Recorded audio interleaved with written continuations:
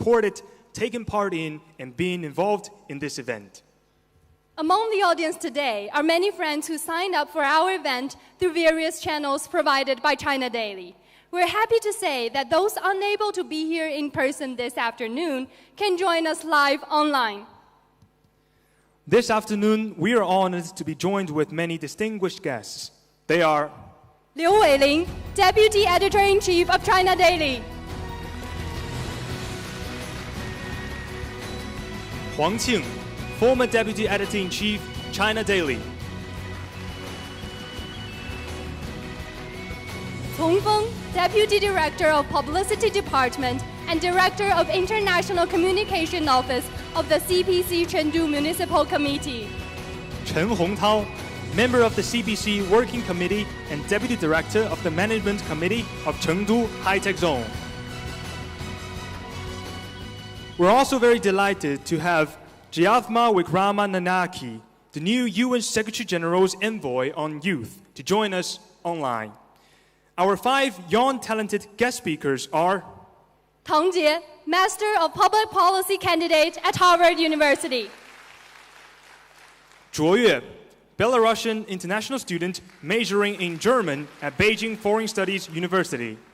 Javaria Nasir from Pakistan, a student at Shanghai Medical College, Fudan University.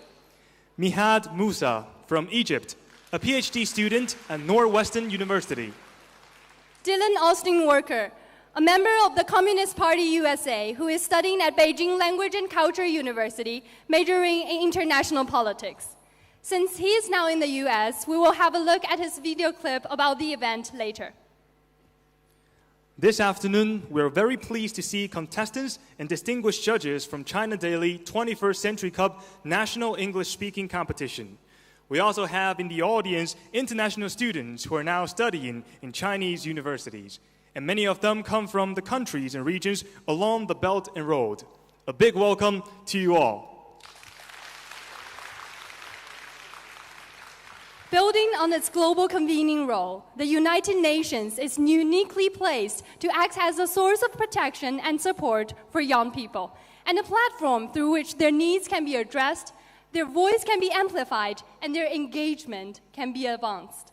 Giacomo Wickramanayake, the new UN Secretary General's envoy on youth, has sent us a video clip. Let's have a look.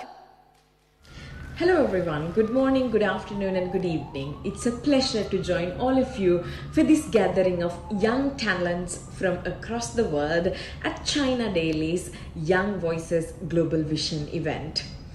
As the United Nations Secretary General's envoy on youth, I have no doubt that youth have the potential and power to shape their own future. Not only is our world today home to the largest generation of young people in history, but today's youth also routinely prove themselves to be the ones with the most innovative ideas and energy to build a better society for tomorrow, despite often being disproportionately affected by the crises facing our world. With more than 1.8 billion young people around the world, our generation has an enormous opportunity to transform our societies, especially as we look to recover better together from the COVID-19 pandemic.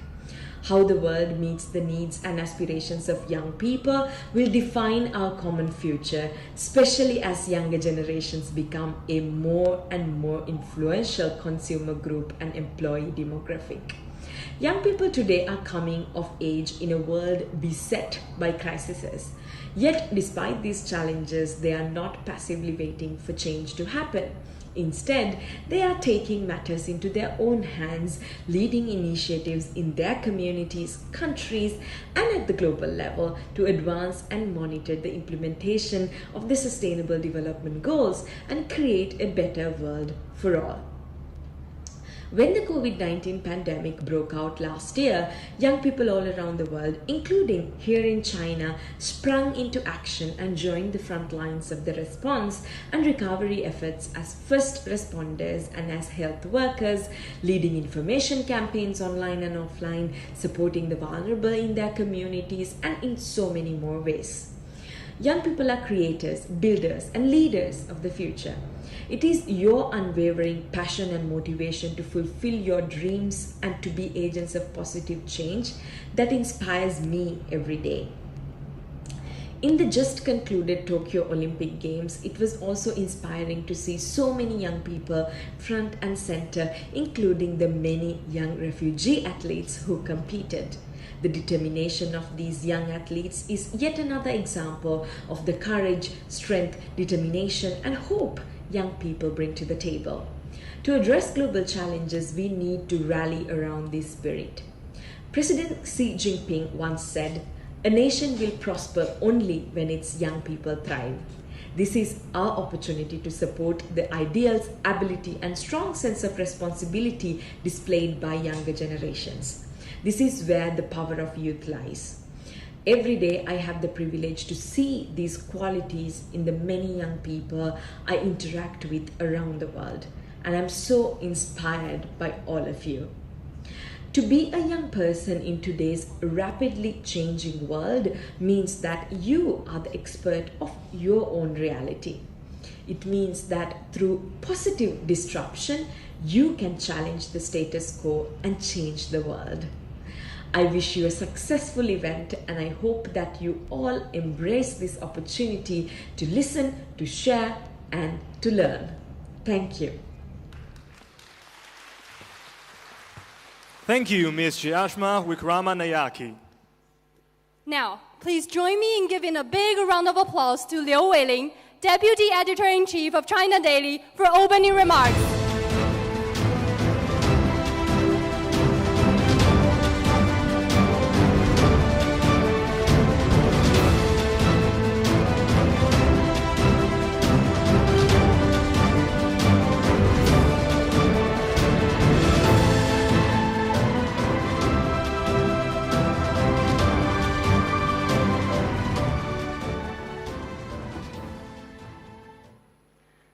尊敬的崇峰副部长、洪涛副主任、同学们、朋友们，大家下午好！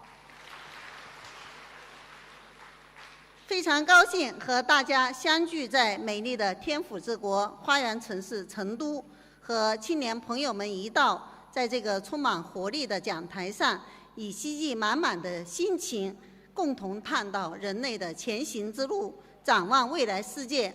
我代表中国日报社欢迎大家的到来，向活动联合承办方成都高新区以及给予活动大力支持的有关方面表示衷心的感谢。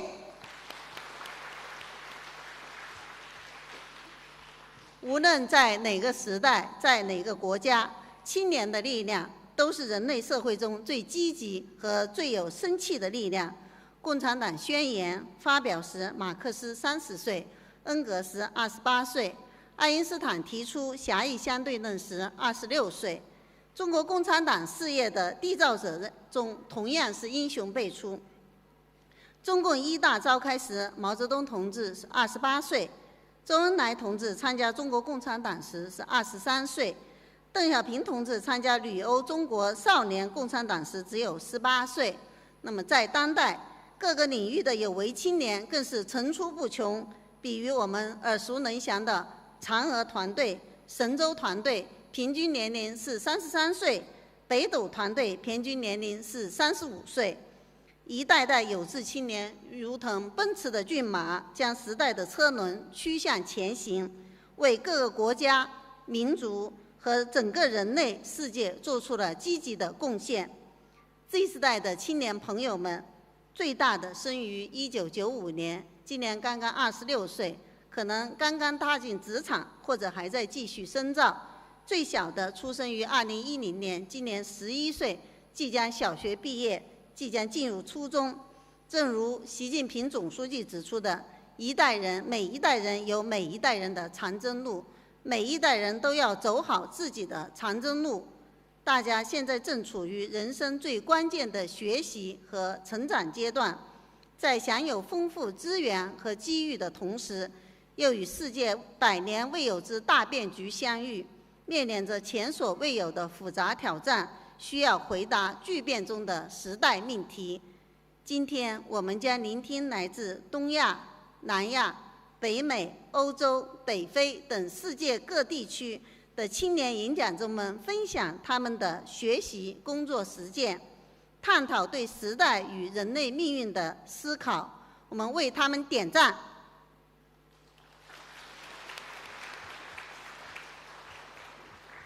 世界是你们的，我们相信，当青年人有力地承继起各民族的文化情怀和人类关怀，放眼世界，拥抱世界，必将不负历史重托，建设一个更为和平、发展、文明与繁荣的人类命运共同体，让青春在为民族、为世界的奋斗中绽放美丽的花朵，结成丰硕的果实。新时代大讲堂活动后，我们还将举行21世纪杯全国英语演讲比赛总决赛的颁奖仪式，共同见证本届比赛各项奖项的诞生。那么，祝活动圆满成功，祝这一时代青年朋友们开创更加美好的新时代、新生活。谢谢大家。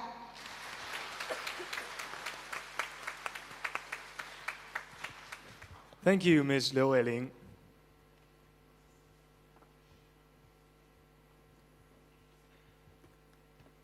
Now, please allow me to introduce the stars of today's shows, our 5 guest speakers.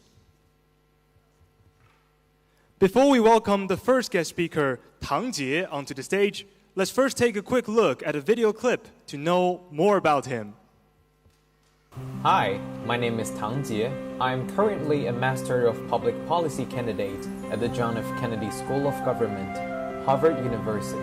Prior to my graduate study, I worked as a United Nations officer, and I'm interested to know more about international relations and inclusive development.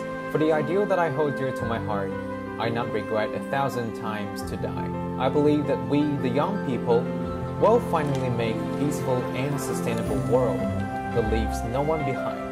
And we should always ask ourselves, what can you do? Now let's welcome Mr. Tang Jie.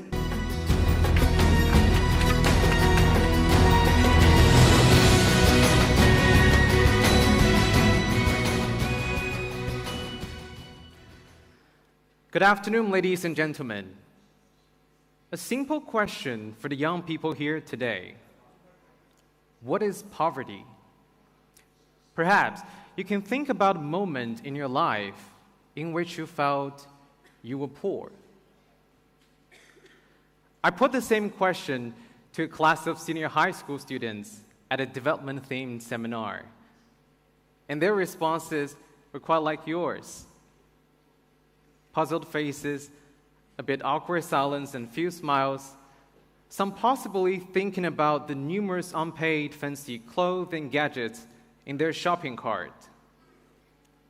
One boy joked that for him, poverty was when he even couldn't afford 68 yuan to buy a new limited scheme of his favorite game, Honor of Kings, 王者荣耀, during his summer holidays. Actually, I see his point. 68 yuan, the equivalent of over $15 at the purchasing power parity, is a huge amount for at least 10% of the global population to find. The United Nations says more than 700 million people still live in extreme poverty. It means that they have less than $2 a day to pay for food and shelter. It means that they struggle to fulfill the most basic needs like health, education, and access to water and sanitation, to name a few, which we take for granted every day.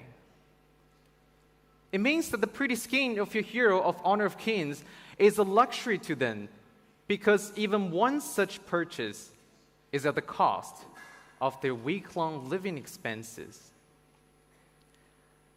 To make things worse, the pandemic is taking a heavy toll on global poverty alleviation achievements and efforts, and delivering the #1 goal of the UN 2030 agenda, namely, no poverty, looks ever more elusive. I went to Uganda in 2019 as a joint poverty alleviation officer of the United Nations Development Program and the International Poverty Reduction Center of China. It was a hard trip. No toilet, dilapidated houses, muddy and bumpy roads, swarms of mosquitoes. This is what I saw during our field trip to a village in the suburban area of Kampala, the capital. To be frank, that was a relatively developed region of the country. Little more than 15 miles away, near Lake Victoria, we concluded the Africa-China Poverty Reduction Conference cheering as South-South cooperation partnerships were strengthened. Nevertheless, it was a hard trip because we invited 400 participants and had to arrange transport, accommodation, and food, even as security issues in Ebola remain question marks. It was a hard trip too, because I had to face the harsh reality that much remains to be done to help this least developed country map out a sustainable, integrated development path and escape from the poverty trap. I knew this conference alone would be far from enough. But there is hope. After landing at Kampala International Airport, local colleagues proudly told us that we were breezing along the first expressway of this country and it was built by China.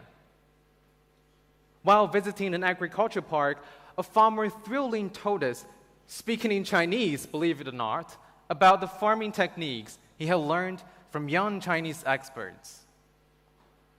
As we delivered what were called love packages to primary school, children took us for Santa Claus and then could use the new crayons to draw wonderful pictures with whatever color they liked. More such infrastructure, technological, and educational aids are on the way. In many ways, Africa today is where China was a few decades ago. In fact, the continent's economic growth had already begun moving rapidly, with some African countries achieving some of the world's most vibrant growth before the pandemic. Eliminating poverty is one area where China has much to share and much to contribute. More talent from China and elsewhere is needed to help Uganda and the continent as they strive for prosperity and as we help to alleviate poverty throughout the world. Ladies and gentlemen, building a community with a shared future free of poverty is not too big a dream. Indeed, it is a responsibility that young people need to involve themselves in. Because of those to whom much is given, much is required. A life of ease doesn't come easily. It is built through the endeavors of people, young and old, generation by generation. More than a century ago, the May 4th movement demonstrated to the world a deep commitment on the part of young Chinese to the pursuit of science and democracy and opened a new chapter of China's modern history. Since 1971, when China regained its lawful seat at the United Nations, thousands of young Chinese professionals have striven to build an interconnected world of tolerance, diversity, and that leaves no one behind. Over the past 40 years, more than 850 million people in China have been lifted out of poverty, and the UN Secretary General has called our country's transformation the greatest anti-poverty achievement in human history. In this process, millions of young Chinese have gone to the western and rural areas of China to support local education and development and contribute to the National Poverty Alleviation Campaign. Today, a new run of technological and industrial revolution brings fresh opportunities, yet presents huge challenges. Poverty is just one of them. Growing inequality is hindering economic growth and undermining social cohesion.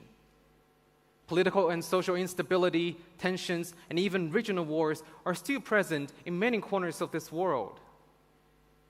Climate change and the pandemic remain formidable obstacles, making sustainable development a more arduous task. And the world faces a major choice between openness and isolation. Ladies and gentlemen, the preface of the book, A Global History, reads, "Each age writes its own history, not because the early history is wrong, but because each age faces new problems, asks new questions, and seeks new answers." At the 76th session of the United Nations General Assembly, President Xi Jinping said, "It falls on each and every responsible statesman to answer the questions of our times and make a historical choice with confidence, courage, and a sense of mission." I believe this responsibility falls not only on statesmen and stateswomen, but on each and every one of us, because the future rests with the young. I also believe that more friends will join me on the quest to seek answers and solutions to global poverty and the fresh challenges that lie ahead. And along this journey, never cease asking ourselves this question: who are we and what can we do? Thank you. Thank you, Ms. Tong, for your insights. We look forward to working to establish a world of tolerance, diversity, and prosperity in the years to come. A student from Belarus at Beijing Foreign Studies University is keen on building bridges between China, Belarus, and Germany. As an outstanding cross-cultural Gen Zer, she believes that strengthening intellectual skills are responsibilities that Generation Z needs to bear. She is Zhuo Yue. Let's first take a look at her video clip. Hello everyone, my name is Zhuo Yue and I'm 21 years old. When I was 4, I moved to China with my parents. Now I'm studying at Beijing Foreign Studies University and majoring in German language and literature. I love learning foreign languages, singing, and playing basketball, korfball, football, and so on. As a Gen Zer, knowing Chinese and European culture helped me to become an inclusive person. I wish I could make a full use of my knowledge and languages to do something for cross-cultural communication. Now let's welcome her on stage.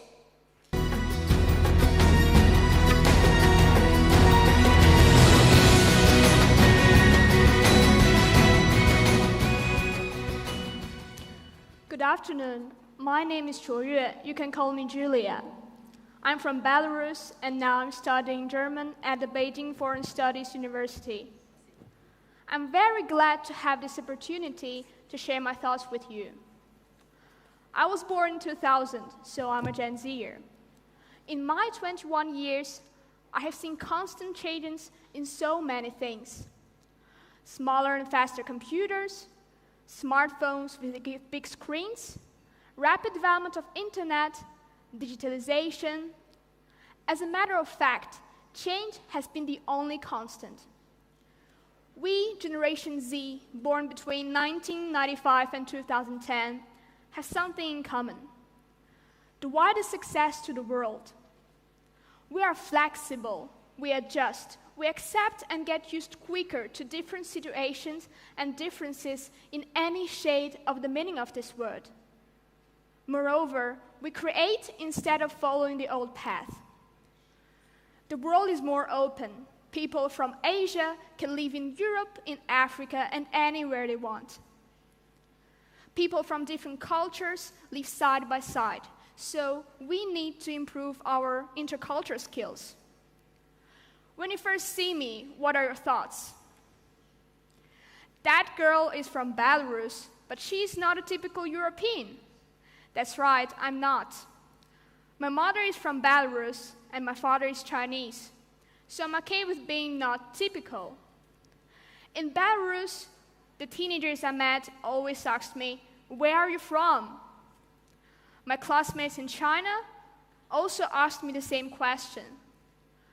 After my explanation, an intercultural conversation comes. What do you eat at home? Chinese food or Russian? Which language do you use at home? How does China or Belarus look like? I answer the same questions over and over again. The difference is that I've learned to recognize some questions with judgments. Generation Z is considered to be the future of each country and the world as well. In view of this, we should take the responsibility on our shoulders and make the world better. But what is the responsibility? I will talk about my understanding from 3 aspects. First, there must be a dream, or we won't have a motivation pushing us forward. After communicating with my friends from different countries, I found out that they are really practical and planning for their future actively. One of my German friends chose to go to Africa and help the locals. She's working to save some money and pay for university. One of my Chinese friends has already bought a house in Shenzhen with the money he earned from his own company. Thanks to my mother, I had a dream too since I was 7 years old. Seeing her talking to different people from different countries using different languages, I was impressed. So I set a goal for my life. I want to build a bridge between China, Belarus, and Germany. To achieve this, I must learn German. So I came to BFSU. But this is just the first step of my dream coming true. The second point, I believe Gen Zers should inherit their culture and show it to the world. When I was a kid, I was so impressed by Chinese Kung Fu that I watched all the movies made by Jackie Chan, Lin Jie, and other Kung Fu stars. I tried to learn every kind of Kung Fu. Of course, it is impossible, but I still tried. In 2013, I found a Chinese student to teach me nunchakus. Yeah, nunchakus, you know that. So, we all know that Bruce Lee was a Kung Fu star. He's a master of Kung Fu, especially when he was using nunchakus. Well, it was fascinating, at least in the movies. He was my idol for some time, so I tried to learn nunchakus really hard. In 2014, during the summer vacation, I flew back to Belarus. After 1 year of practice, nunchakus became part of my exercise routine. Beyond that, I wanted to show Chinese Kung Fu to teenagers in Belarus. So I practiced nunchakus every day in the neighborhood. And of course, I caught some attention. During that summer, I made lots of new friends and even taught a group of children and their parents to use the nunchakus. Since then, I realized the importance of promoting culture. As far as I'm concerned, as Gen Zers, one of our roles is to be the culture carrier. Every country has its own culture. It would be a pity for human civilization if some disappear. So, apart from protecting it, the next step is to share it with the world. Last, I would like to talk about the ability of Gen Zers in facing up to important issues. I know we are still young, and our courage in facing risks has been questioned all the time.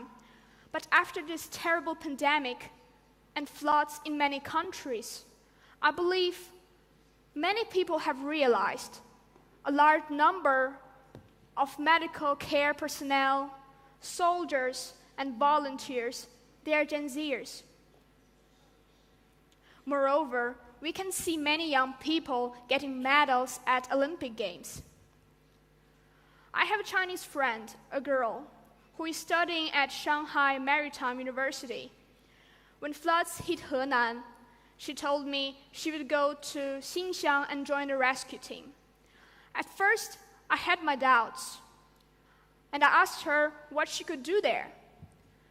Then she answered, "I can provide first aid. It was on our curriculum. I can drive lifeboats. That is what I'm majoring in." On television, when a journalist reported the situation there, I saw many young faces doing their best to help people live through this terrible disaster. After this brief talk with my friend and what I saw and heard, I believe I see the courage of our generation in facing and overcoming challenges.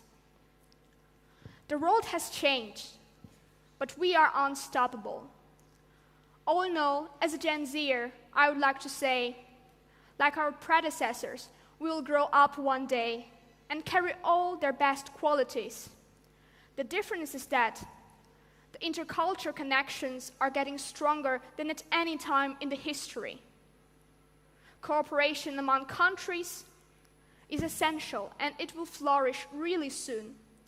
So it is important for us to improve our intercultural skills and be prepared for the new era of great responsibility and great achievements. That would be all. Thank you.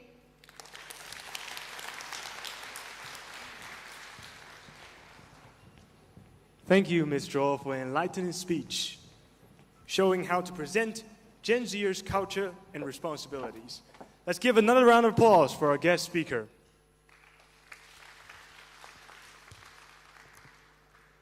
The Communist Party of China has always attached great importance to seeking, cultivating, and recruiting members from among international students. Our next guest speaker, Dylan Austin Walker, is studying for a master's degree in international politics at Beijing Language and Culture University, and he takes a keen interest in Marxist political parties. Let's first look at his video clip. Hi everyone, my name is Wu Danran Dylan Walker, and I'm from the US.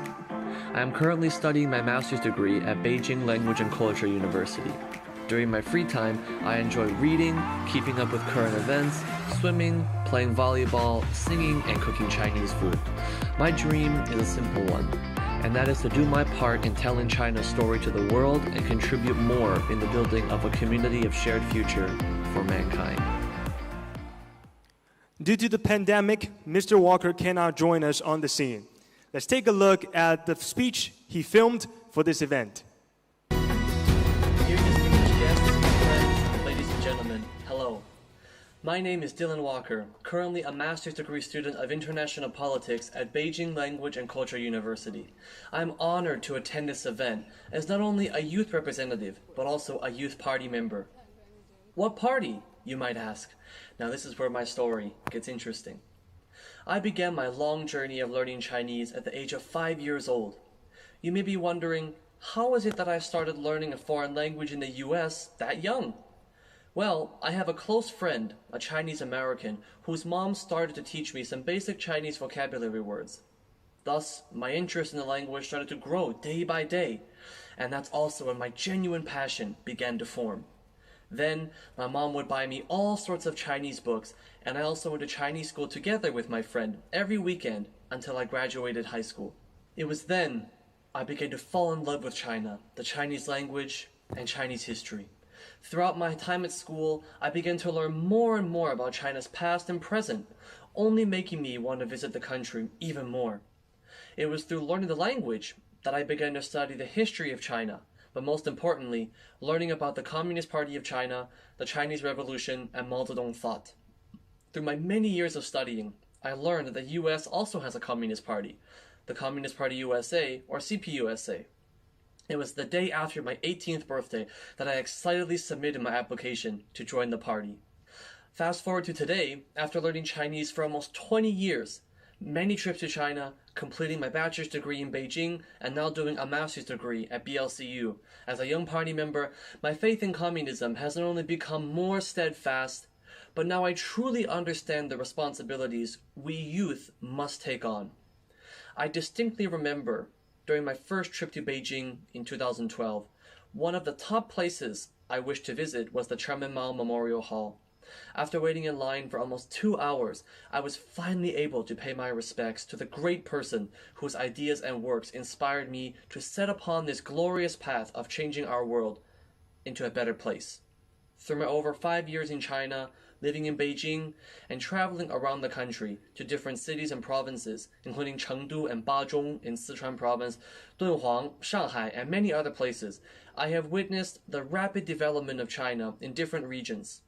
I not only experienced the victories in technological and economic development here, but also one that is very important to me, which is that of people-to-people exchange, especially amongst us youth. Now, being able to meet young Chinese and young foreigners here has done so much to improve my understanding of China and the world that we live in. Being an American student studying in China, I believe it is important to not only study hard, have fun experiencing the local society and culture, but also doing my best to contribute to China's educational development and opening up and people-to-people exchange, especially during today's current international climate. This is of the utmost importance in order to break down barriers, help build mutual understanding and respect, and create better relations between the people of all countries, thus proving the importance of studying abroad, most importantly, being in the country with face-to-face learning. This is why I spend countless hours studying Xi Jinping thought on socialism with Chinese characteristics for a new era and the concept of building a community with shared future for mankind. President Xi Jinping said at the ceremony marking the centenary of the Communist Party of China on July 1st this year that the future belongs to the young people, and our hope also rests with them. In the new era, our young people should make it their mission to contribute to the national rejuvenation and aspire to become more proud, confident, and assured in their identity as Chinese people, so that they can live up to the promise of their youth and the expectations of our times, our party, and our people. This speech reminds me, as a young American communist, to never forget the party's original aspiration and what our mission is.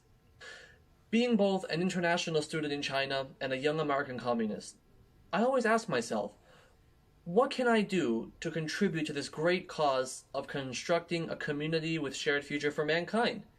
I firmly believe that civilizations are colorful because of exchanges and rich because of mutual learning. In today's world, cultural development is more diversified, and exchanges between different cultures are even more frequent. More and more countries take the promotion of cultural soft power as a national strategy, competing for cultural resources, seizing the cultural market, upgrading cultural competition, and reconstructing cultural territory. Although, cultural exchanges are facing severe challenges that cannot be ignored.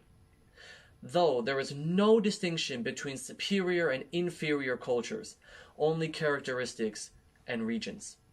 Cultural differences should not be the root cause of world conflicts, but should be the driving force for the progress of human civilization.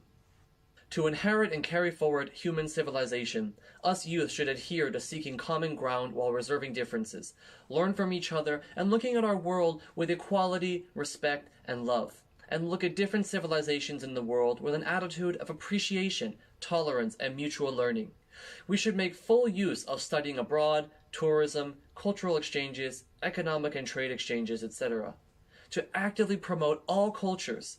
We should actively participate in dialogue and exchanges among countries, carry forward the cultural spirit that spans time and space, across countries, and allow people all over the world to enjoy a more meaningful spiritual life.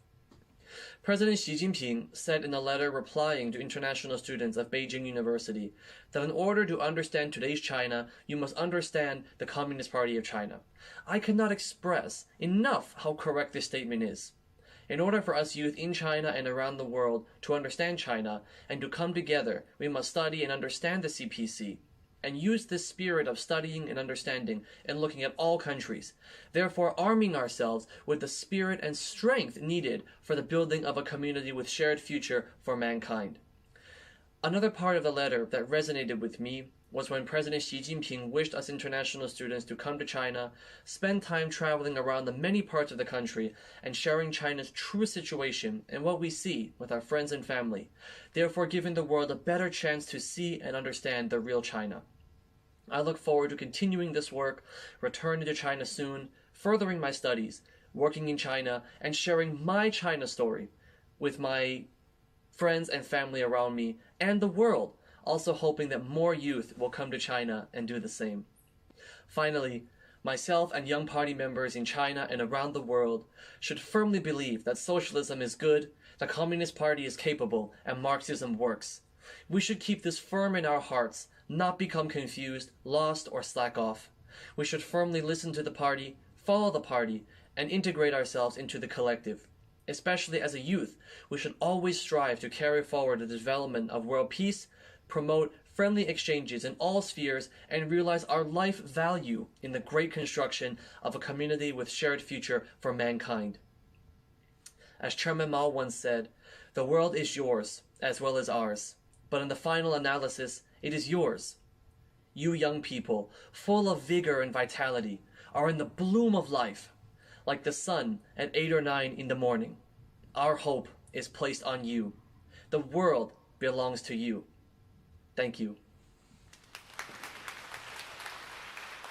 Thank you, Mr. Walker. Having watched and heard all that, I'd like to express my appreciation for the fruitful role that a member of Communist Party in another country is playing in exchanging idea with party members here in China. Last year, the pandemic brought normal studies, socializing, and travel for all students in China to a virtual standstill. Javaria Nasil is a student at Shanghai Medical College, Fudan University, and she donated her blood to help others during the pandemic. Let's first take a look at her video clip. Hey everyone, my name is Ria. I'm a medical student currently in my final year in Fudan University from Pakistan. One of my greatest motivations in life is to leave the world a much better place than it is right now, and I've been blessed to meet people who have the same aspirations. I love creativity, so I try to channel my creativity into art, poetry, or just making up stories in my head. Have a beautiful day.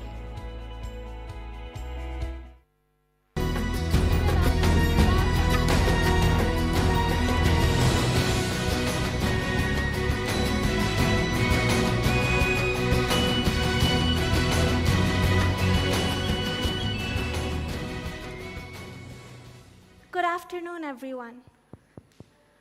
I'm sure every single person in this room has a story, an event, or a person that inspired them to do what they want to do in life. For me, my aspiration is to heal people. I want to contribute to building a better world, a world much better than the one into which I was born. Like most people, my story is also inspired by a few individuals. However, unlike most people, my story goes back farther in time. It starts long before I was born. It starts with my grandparents. My grandparents were two extremely brave and kind individuals. They were devoted to each other, to their family, and to their country. My grandfather was a soldier in the Pakistani army and became a prisoner of war for over 2 years after the war of 1971. During that time, my grandmother, raising 2 young boys on her own and living essentially as a single mother in a patriarchal society in the 1970s, showed boundless courage in what were the worst circumstances of her whole life. My grandfather came back and started to work as a teacher, and life was peaceful for a few years, until the time my grandmother started getting headaches, severe migraines that would keep her up the whole night.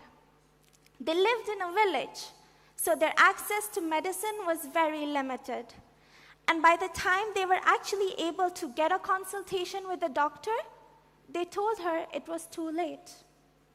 She had a tumor, but it had progressed to such a point that they could do nothing to help her. All he could advise was for her to go back home and spend time with her loved ones. At the time, my father came back from boarding school so he could take care of her. He was with her when she took her last breath. My father told me that any semblance of happiness my grandfather had went away with my grandmother. My grandfather passed away as well in 1992 from a brain hemorrhage, similarly without the treatment he needed. I was 8 years old the first time I heard what actually happened to my grandparents. The realization that I could have met them, I could have been loved by them, I could have been taught so much, made me cry. That was the moment I decided to become a doctor. Because of my grandparents, I realized, unfortunately, that for so many people, even in the modern 21st century, access to modern medicine is a privilege rather than a right. One day, I want to be able to go back to my grandparents' village and open up a charitable hospital in their names to provide free and affordable treatment to people who can't afford them. I've never met my grandparents, but everything I want to do in life is a reflection of the lives they led and the lives they could have if they had more options. At the time, I never thought that my desire to build a hospital in a little village called Mandi Bhaudin in Pakistan would bring me to China, one of the biggest countries in the world. I was 18 when I decided to apply to study here. I was always in love with China, with its people and their kindness towards me from a very young age. I was fascinated by the culture, by the Great Wall and the Forbidden Kingdom.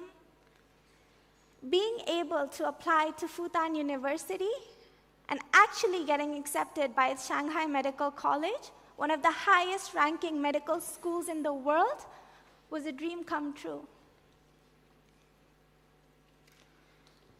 The last few years, since the day I received that acceptance letter from Fudan University, have passed in a blur. Time moves very fast. But during this time, I've learned some very important lessons. The most crucial ones have been that kindness is important, cooperation is necessary, and hard work will always pay off. These lessons that I've been learning throughout, I saw them play out in front of me when I started my internship this year. Recently, I was able to take part in a conference in which one of my supervisors, Dong Laoshe, was one of the main speakers. During his speech, he talked about how we can integrate modern Western medicine and traditional Chinese medicine to bring about better clinical results. Doctors took part from all over the world, including the United Kingdom, the United States, Pakistan, India, Germany, and countless other countries. These kinds of conferences show how willing the medical community all over the world is to come together, cooperate, and support each other because they understand that the rise of medicine lies in mutual cooperation and support. I think it goes without a saying that it takes a lot of hard work to become a doctor, yes? What they don't tell you is it also takes a lot of kindness. I've seen doctors working from 7 a.m. in the morning till 8 or 9 p.m. at night after surgeries, and they still come back and they are still so very kind. Recently, I was at the Children's Hospital of Fudan University, and the doctor came back after a night-long surgery, and at 8 a.m. while we're checking wards, He's talking to one of the patients who's suffering from appendicitis, and he's giving him a physical examination. And while he's doing so, he's asking the child, what are your hobbies? What are your interests? What is the first thing you're going to eat when you go back home? He was trying to distract the child from his pain and his discomfort, even though the doctor must have been so very tired himself. These doctors, the doctors at the hospital, are the embodiment of why we must be kind, of why we must come together, cooperate, and support each other, and how much hard work it actually takes to become a doctor and heal people. It's not just us, the medical students or the interns at the hospital, who've seen how much good doctors in China do. The whole world has seen their selflessness.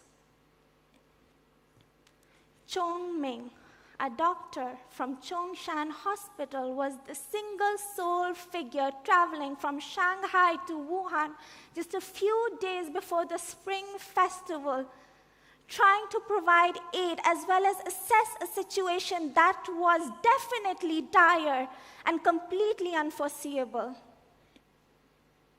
Doctors from all over China left behind their families to provide aid to these cities. Doctors went in batches from Chongshan and Huashan Hospital to provide relief to the doctors who were already working in these areas. I've seen pictures of doctors and nurses who had bruises on their faces from continuously wearing masks, and they still kept on working. Finally, their hard work paid off. Towards the end of the Wuhan pandemic, there was a video that was released in which there are rows of doctors and nurses, and one by one they're taking off their masks and they look so happy. People were safe, and it was all because of them. After months of struggle and with the combined effort of the government, the medical staff everywhere, doctors and nurses, as well as all the countless others who were involved, China and everyone in it was safe from the coronavirus. Since then, their efforts have been recognized and rewarded. Fudan University has done its part as well. Towards the middle of 2020, there was a ceremony held to recognize and appreciate the efforts of the medical staff. In that ceremony, there were several notable people who spoke about their experiences during the pandemic. But for me, the most touching speech was from a little boy. He couldn't have been more than 7 or 8 years old. Both his parents worked with hospitals affiliated with Fudan University, and his father had had to go to Wuhan for several months as part of a relief team. The little boy spoke about how much he missed his father, but he understood why he had to leave. He knew how much good his father was doing and how important his work was. So even though he missed him, he would try to be as brave in Shanghai as his father was being in Wuhan. I don't know if that little boy was born with this bravery, or if it was taught to him by his parents. I would, however, like to take this moment and say how grateful I am for him, his father, as well as the millions of other doctors and their families for showing tremendous courage in the very worst of circumstances. I can only hope that one day when I become a doctor, I will act with as much bravery as all of them.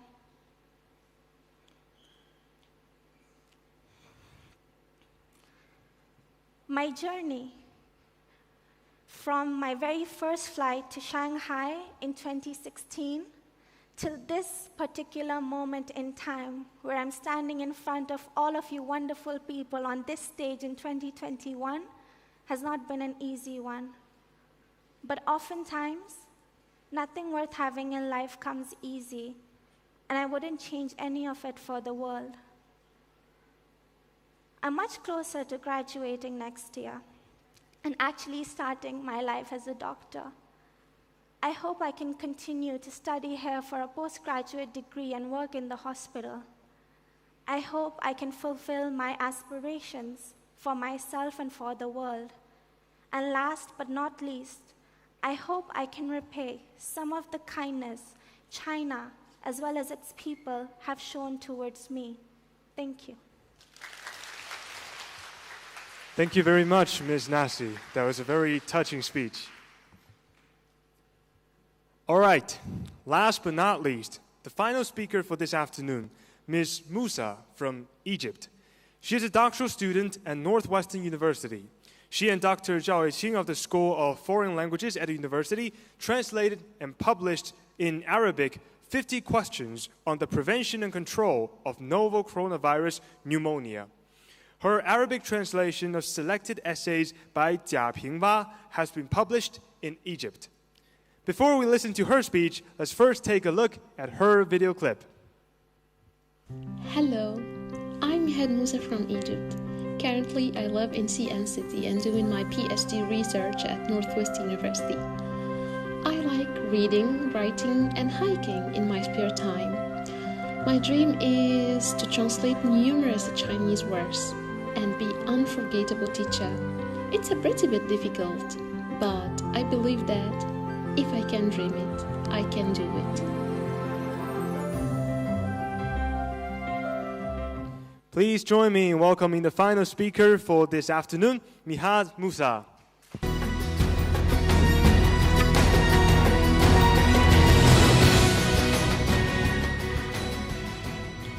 Ladies and gentlemen, good afternoon. I'd like to begin by sincerely thanking China Daily for their kind invitation.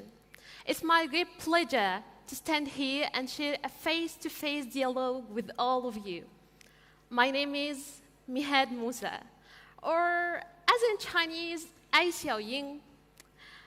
I'm a PhD researcher at Northwest University. My study journey began in 2013 when I enrolled at the School of Foreign Languages in a university in Egypt named Ain Shams. It was the first step and crucial step in my ongoing journey.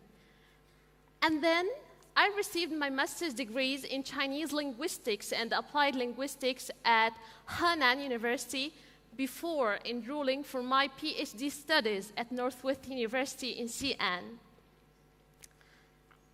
It seems that the time has flown by. However, these years have lived with some really very valuable experience and unforgettable memories. I'd like to sum up this experience by spelling out my current aim. That is to strengthen and promote the understanding between the people of China and the Middle East. Hence, I have made the first step towards this goal by translating Chinese literature into my own Arabic and conducting cross-cultural research. Actually, this work can prove difficult, time-consuming, and a little bit boring. Even so, it has opened my eyes into different worlds, and it even caused me to understand more about myself. And this is why I'm really grateful for my work, and I can find such satisfaction in it. I remember that Steve Jobs once said, "Your work is going to fill a large part in your life, and the only way to do great work is to believe what you are doing is a great work. And the only way to do this great work is to believe. And the only way to do this great work is to love what you do. So I hope that time will judge what I'm engaged in now as being a great work. When I look at the relationship between China and the Middle East, I found that so much positive and fruitful. Going back many centuries before, we can observe how in history, Middle Eastern people, they used to undertake long and difficult trips along the overland and the maritime Silk Road towards China. They pioneered exchanges between civilizations and founding a legendary precedent. Then, during Tang Dynasty, there was far closer interaction between China and the Middle East. At that time, official and non-governmental exchanges assumed the character of an endless stream. And many different kinds of communications were pioneered. They deepened and maintained their vitality through the Song and Yuan dynasties. In addition, since the founding of the new China, this country has experienced profound social upheavals. The nation has opened its door wide, and an abundance of students have traveled overseas to learn and study. Culture exchange between China and foreign countries have become a vibrant trend. So, the once strong ties between China and the Middle East countries have also gradually been revived. As one part of this, a movement to promote translation has been emerged once more. This really encourages more Arab scholars to have a passion for translating and studying Chinese culture and literature. In due course, thanks to the One Belt, One Road initiative, which was announced by President Xi Jinping in 2013, culture exchanges have advanced in another huge step forward. But to date, there's still much work to be done because misunderstanding and misconceptions persist in some people's mind. So, we still have some progress to make before we can perceive one another in an authentic light and from every perspective. In other words, while bilateral exchanges have been conducted for thousands of years, the work is still far from complete. In order to overcome key difficulties, we need both the younger generations of both sides to achieve more works because they have a vital part. And we need to exert more efforts to achieve the much-needed amity between the Middle East and China. Before I came to China, I thought like most people that China is huge and famous country, but somehow mysterious. But after I came, the well-known Chinese idiom that says, seeing something once is better than hearing about it 100 times, become a truism to me. And this is why I feel now I have the duty to reveal the real image of China through translation and cross-culture work. At the same time, I hope the people here, they can encounter the real image of the Middle East through my work. These were always the main motivations for me and pushed me to become involved in this field. Recently, I translated the selected prose works of Jia Pinhua by the author's permission, and this is the first time that his work has appeared in Arabic. Actually, I received encouraging and warm reactions to the volume. which suggests that we can really make a difference and build more bridges between the Middle East and the Far East. As translation work is, in my opinion, is the basic guarantee for meaningful cultural, for meaning a cultural exchange. Today, I hope I can motivate more people and encourage them to transfer and exchange more written works between their countries and China. Finally, thanks for listening. I wish you all the best in your life, work, and studies. Thank you. Thank you very much, Ms. Mosa, for your insights. And please stay with us on the stage. We have prepared some gifts. Well, ladies and gentlemen, that brings us to the end of today's speakers' presentations. I do hope you enjoyed these speeches as much as I did. Now let's welcome all the speakers today to come onto the stage.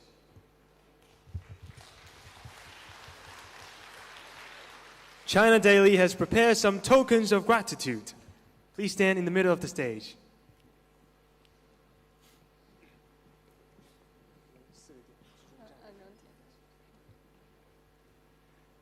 Ms. Liu Weiling, Deputy Editor-in-Chief of China Daily, shall kindly present them with the gifts.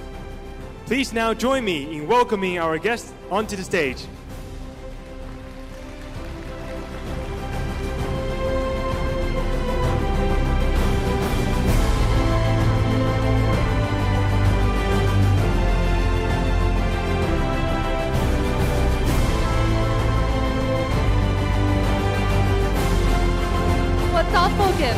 These paper cutting works are produced by artists from the Art Department of China Daily, who have won many national and international awards. From these works of art, we can see the sincere appreciation of the organizer to our speakers.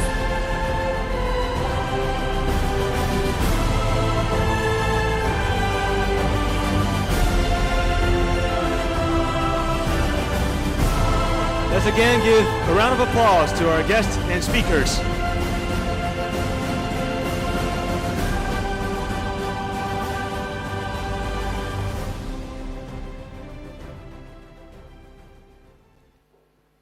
Ladies and gentlemen, please allow me to express my heartfelt thanks once again to our friends from the media, as well as to our fellow university students from both home and abroad.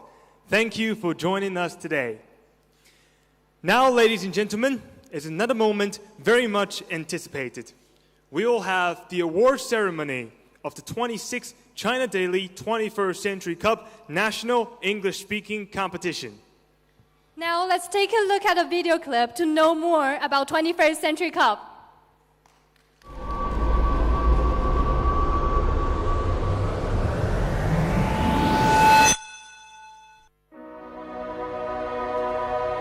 Trees never stop growing, and neither will China. To further make China prosperous and achieve the Chinese dream. Dreams cannot be separated from the prosperity of our country. China's dream means that she's really confident in this country's future. I want to share them with my friends abroad and get them interested in the Chinese culture. As I strive toward my Chinese dream. Globalization is not a conspiracy planned already, but a beautifully unfinished song to be written by us all. More people to communicate, to help, and to warm. We stand a chance of uniting the world. China will always be the compass that tells people the right direction.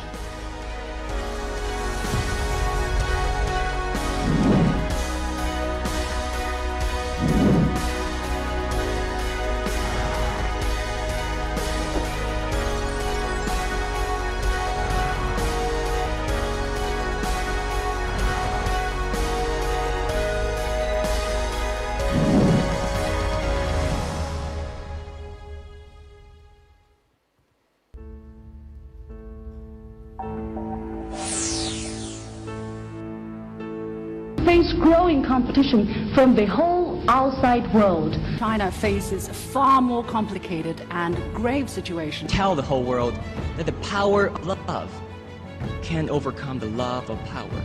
And also it ruled on things like the land features, like the rocks or islands. Young people do more serious thinking and broaden our mind to bigger issues. 正所谓，不要人夸颜色好，只留清气满乾坤。Not angling for compliments, I'd be content that my integrity fills the universe. The distinctive merit of the Chinese is a just conception of the ends of life. 众人做事，既重智，既重利，众人共享。When collective wisdom and strength is poured, all stand to benefit. A tiny start to a bumper harvest is faith. 中国强则中国少年强，因为强大的国家会赋予一个少年强大的安全感。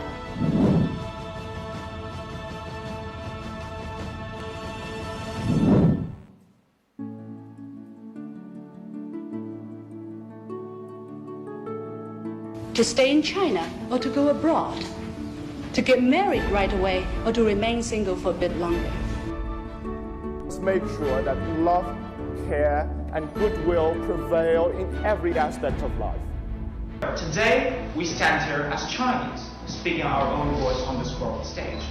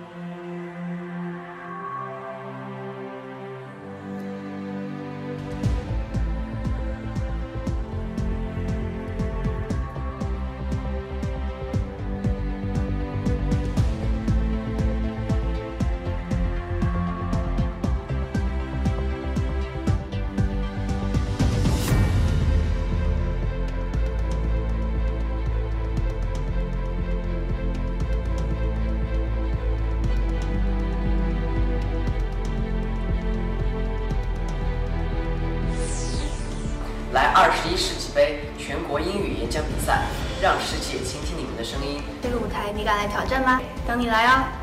让世界倾听你的身影。I look forward, as do my colleagues at the English-speaking Union in the United Kingdom, to welcoming you in our centenary year to the United Kingdom, participating with 60 other countries in the world in this celebration of language. We are confident this special platform will continue to promote not only English learning and teaching in the country, but also the nation's educational progress as a whole. We expect more and more students to join us in this annual event and march into the future with broadened horizons.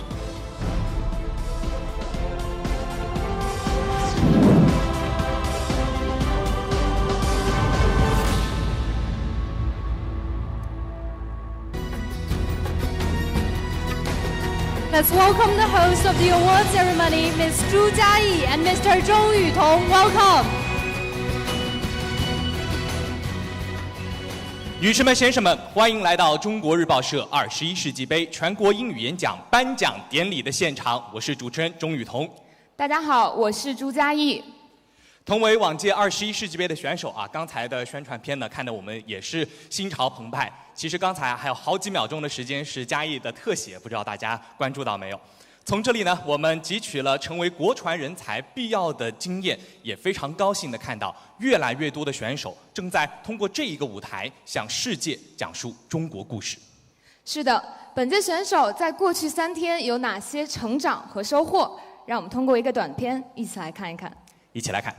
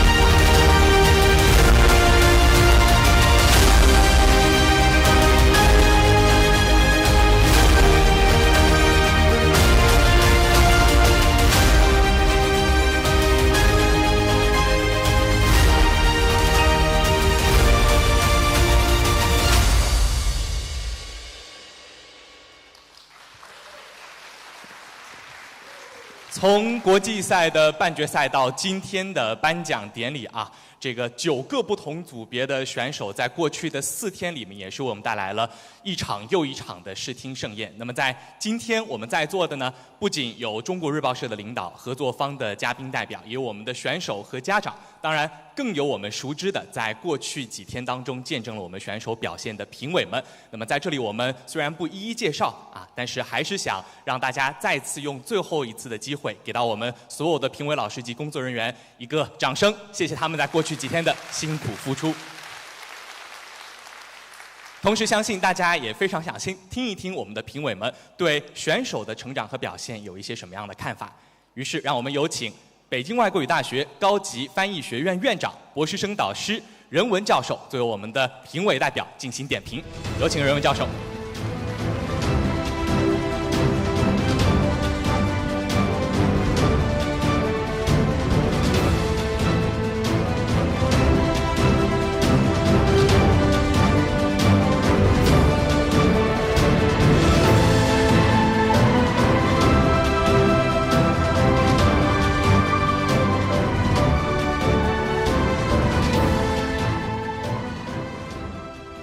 Distinguished guests, ladies and gentlemen, good afternoon. It's a great honor and pleasure to speak on behalf of the judging panel. For me personally, it's not judging the competition that really delights me. For me, it's a homecoming trip. I have been working and living in Chengdu for many, many years. I moved from Sichuan University to Beijing Foreign Studies University just in 2017. So thank you very much for having me back. It's a really impressive experience. Thank you. Back to the competition, I think it's a consensus of all the judge members that the students, the contestants of all ages, all groups have done a fantastic job. You have showcased in different stages of competition your extremely good command of language, your delivery, strong delivery skills, your eloquent voice, and more importantly, perhaps, your critical thinking skills. This makes you truly great, not just in competition today, but in the future, whatever job you're going to do in the days to come. Public speaking, in principle, is about 2 things: what to say and how to say it. Firstly, what to say, which is about the contents or the topic of the speech making. In this competition, different groups, different stages of competition, all have different topics. I think all students of all the groups have demonstrated through their speech making their different interpretation of the different topics. They have contributed a wide range of subtopics under the broad topic of different kinds. Let me just cite an example. I was judging the grand final of the college group, and the topic is the power of ideals. I think contestants have contributed their different understanding, different perspective of what their interpretation of ideal is. And their subtopics cover from their personal or childhood ideals and dreams to the dreams of their parents and grandparents, the generational gaps, the differences that might be taken or understood by people of different ages and different generations. And also, some contestants talk about the dreams as a college student, which should be intertwined with the dreams or the wills of the country, the community, and the globe as well. Some talked about their aspiration to be a journalist, trying to tell unbiased and objective stories, China stories as well as stories from elsewhere. And some aspire to be doctors, healing the world. So this is about what to say, and secondly, how to say it. And this is inclusive of language and delivery. Language-wise, I think all the contestants have demonstrated to us their excellent English, their lexical and syntactic variety, and not to mention their native sound pronunciation. Delivery, I think all the contestants have showcase their excellent delivery skills. They speak with passion and compassion, and they speak with poise, confidence, and courage. They have proven that they're already eloquent public speakers. Apart from this, what to say and how to say it, more important perhaps is the opportunity that this competition has provided with the contestants, that the Chinese as well as international speakers stood side by side with one another, talking about things that they care about. Minor things, important things, communal things, international things. I think this, on the stage, they compete, but off the stage, they collaborate. They have proven to us that we have every reason to have our trust in them, and they have every reason to be proud of themselves. Ladies and gentlemen, public speaking skills and skills of storytelling is part and parcel of the skills of leadership, because the skills required for strategic organization of ideas, for getting your ideas across to the audience members in an effective way, the kind of skills for public speaking, for critical thinking are the same kind of skills that are needed in almost all fields.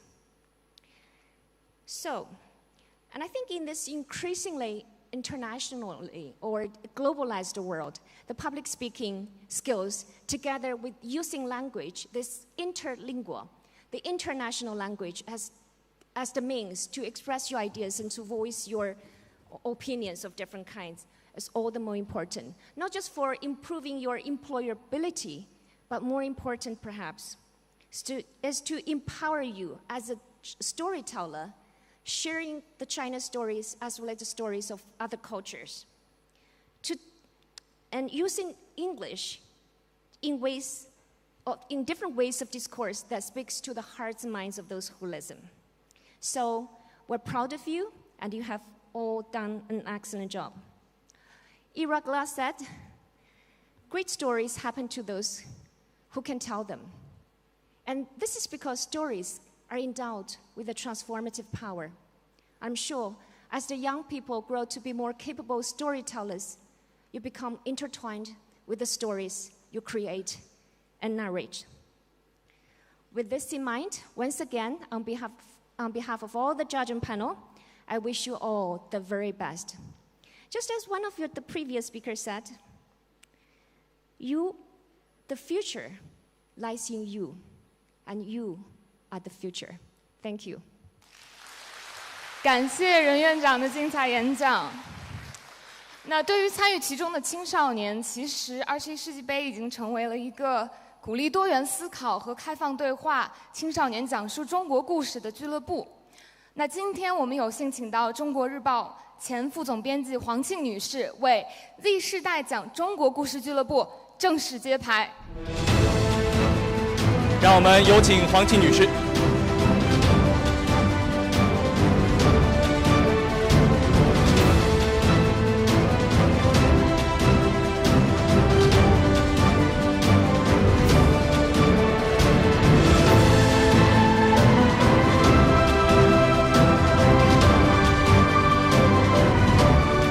让我们有请黄庆女士为 Z 世代讲中国故事俱乐部揭牌。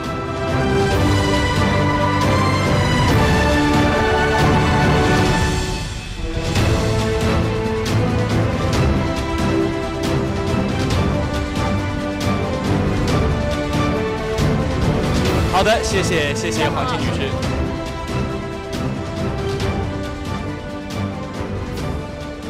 那相信未来俱乐部将会为青少年提供更多交流、分享、学习和成长的机会。没错，那么接下来我们即将迎来大家已经期待已久的时刻，我们将颁发中国日报社21世纪杯全国英语演讲比赛及大会全国总决和“一带一路”青少年英语演讲比赛的奖项。让我们首先颁发的是今天上午参加21世纪杯全国英语演讲比赛全国大会总决获得1等奖的选手，他们分别是国际组1等奖，来自韩国的 Yeji Kim， 来自中国的赵千玺，来自尼泊尔的 Niva。大学组分别是韩书媛、王阳坤、李洪江、罗向全、周子怡、任正清、马英涵、叶雪莹、高爱，恭喜！高中组获得1等奖的是刘宝祥、陈希元、陈叶亮、张义瑞、何新成、程旭林、李一诺、吴艺萌以及刘浩然，恭喜！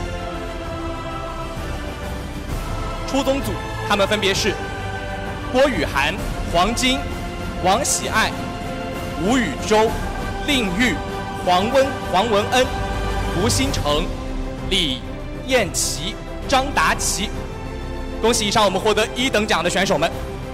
让我们有请原联合国开发计划署驻阿富汗、印尼国家局长、刘基伟国际组织人才选拔专家组组长薛玉雪，清华大学人文学院外国语言文学系教授陈永国为获奖选手颁奖，掌声有请。有请2位。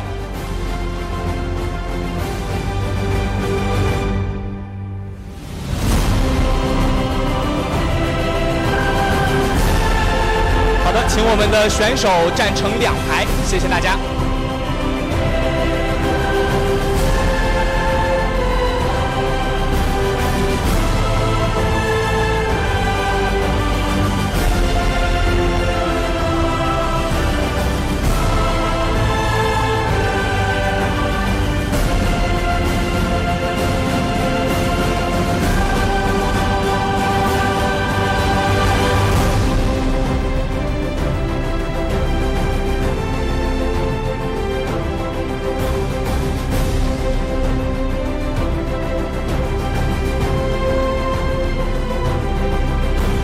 我们的1等奖获奖选手也是在今天上午经过又一轮的激战，向世界展示他们的声音，用很多的智慧和非常坚定的毅力，向我们展示了 Z 世代青年在国际舞台上发出中国声音的最好姿态。让我们再次恭喜他们。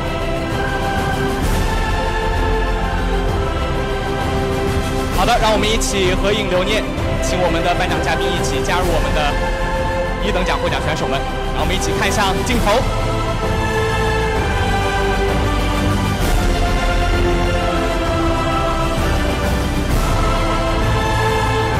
好的，谢谢各位，请在场下稍事休息，谢谢。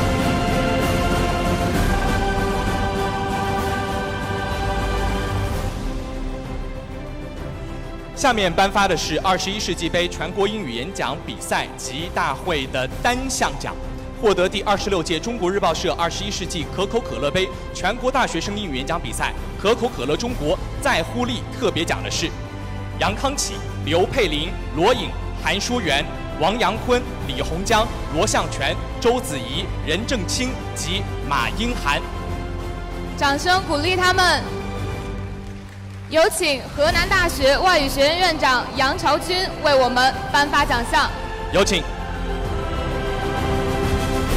有请我们的获奖选手来到我们的舞台上，也有请我们的颁奖嘉宾。刚才的几位获得的是我们中国日报社21世纪可口可乐杯全国大学生英语演讲比赛可口可乐中国在乎力特别奖。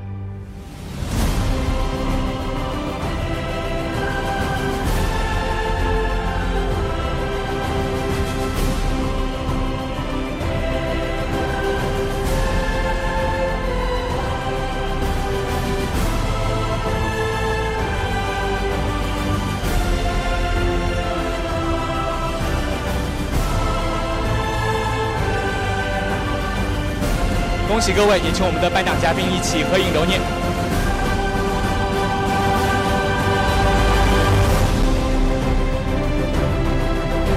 好的，谢谢各位。接下来颁发的是第19届中国日报社21世纪高途课堂杯全国英语演讲比赛高途课堂最佳风采奖和第19届中国日报社21世纪学而思杯中学生英语演讲大会学而思世界听我说风采奖。获奖的选手名单是：获得北京银行最佳风采奖的选手是。首先获得我们刚才2个奖项的选手分别是陈希元和郭雨涵，让我们有请成都高途云集教育科技有限公司总经理何志新、好未来集团学而思培优全国英语负责人高级产品总监刘嘉欣为获奖选手颁奖，让我们有请2位，掌声欢迎。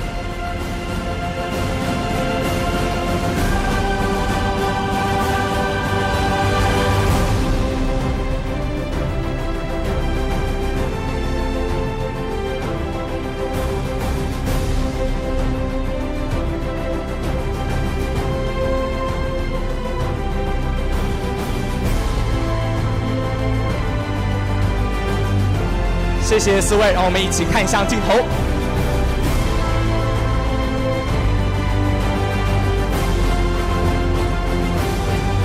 好的，谢谢各位。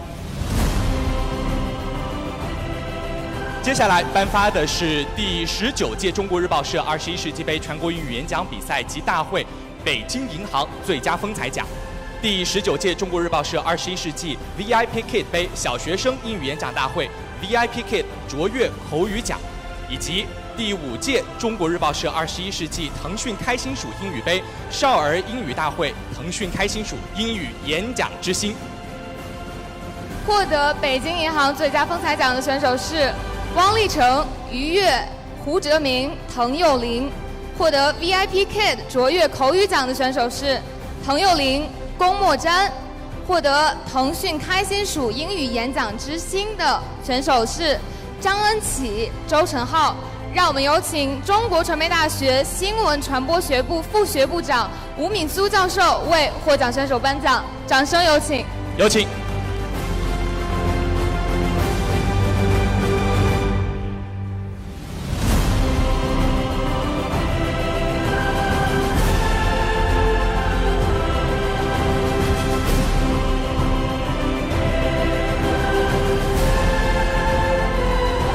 我们也是从最右边的汪立成到最左边的我们最小的一个小朋友也是构成了特别美妙的画面。让我们有请吴敏苏老师为他们颁奖。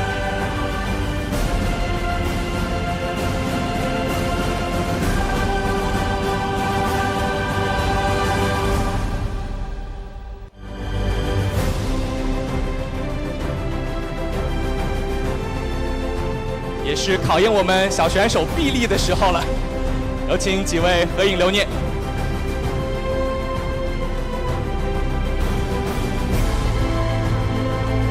好的，谢谢各位，那我们在场下稍事休息，谢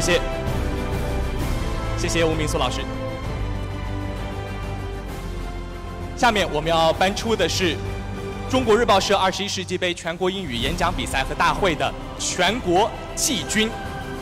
获奖的选手分别是国际组来自塞浦路斯的 Miracle will be joining us online today， 来自青年组的来自北京外国语大学杨成朗，大学组来自华东师范大学的罗颖，高中组来自深圳市外国语学校的罗贤月，初中组来自上海外国语大学附属外国语学校的周乐阳，小高组来自澳门圣公会中学的黎俏峰，小低组来自宁波市新城第一实验学校的胡盼，小学1、2年级组来自南山区第2外国语学校学府第1小学的彭以月，来自幼儿组新疆维吾尔自治区乌鲁木齐市的张恩启。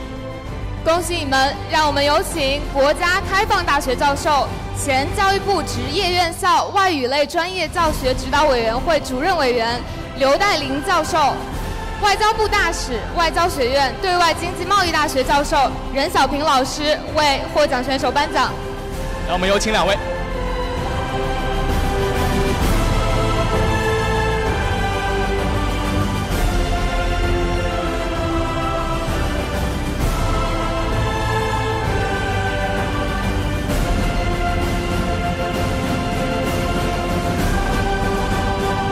来，请我们的各个不同组别的选手来到我们的舞台中央，也有请刘老师、任老师。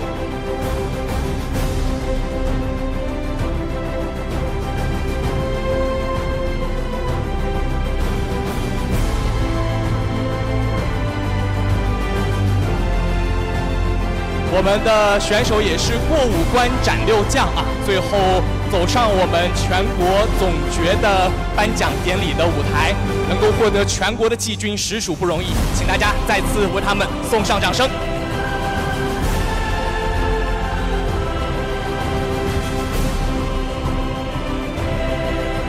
好的，也请刘老师、任老师和他们一起合影留念。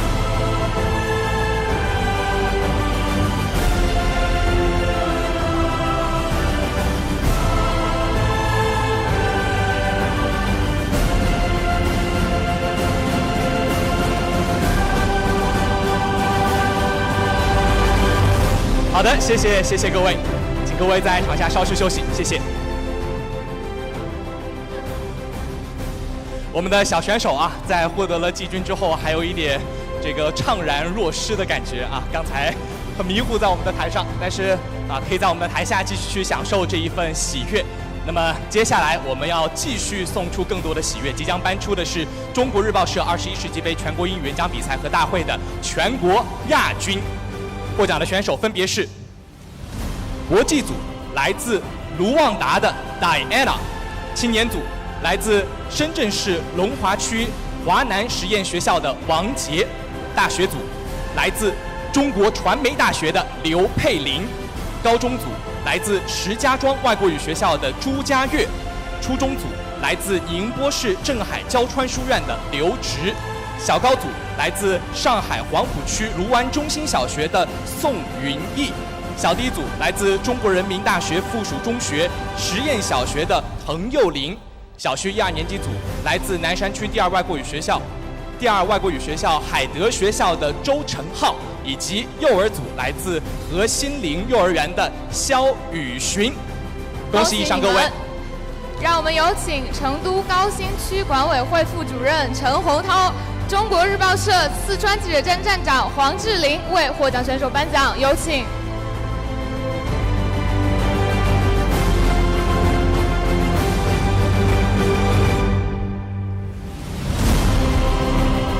我们的小选手的确啊，像我们刚才任文老师说的，在台风方面特别的自如，上来了之后和我们下面的观众、我们的评委老师、我们的家长和其他的选手挥手啊，让我们有请颁奖嘉宾。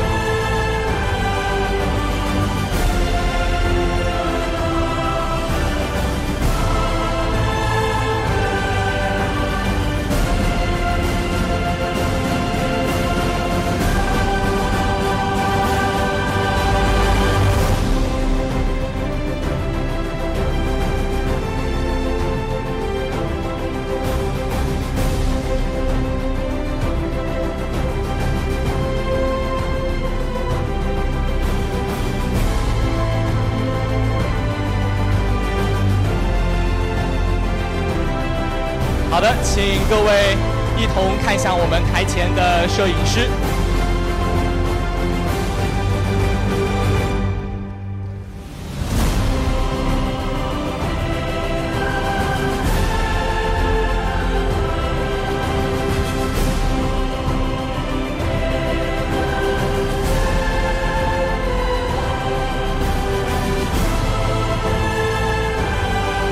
好的，谢谢各位。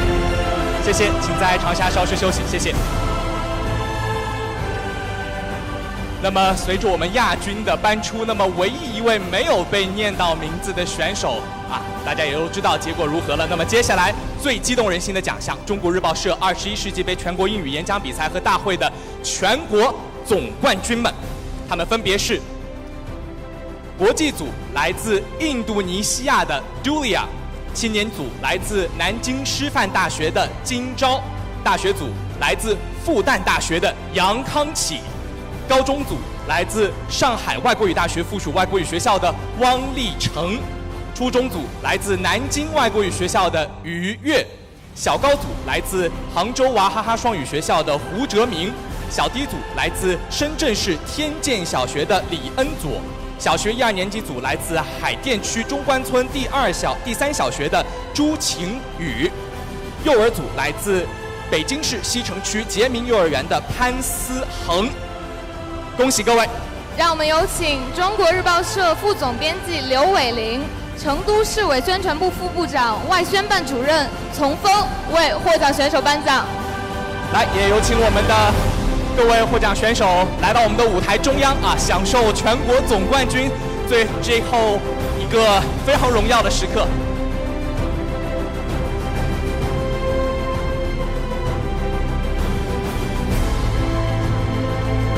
让我们再次掌声祝贺他们。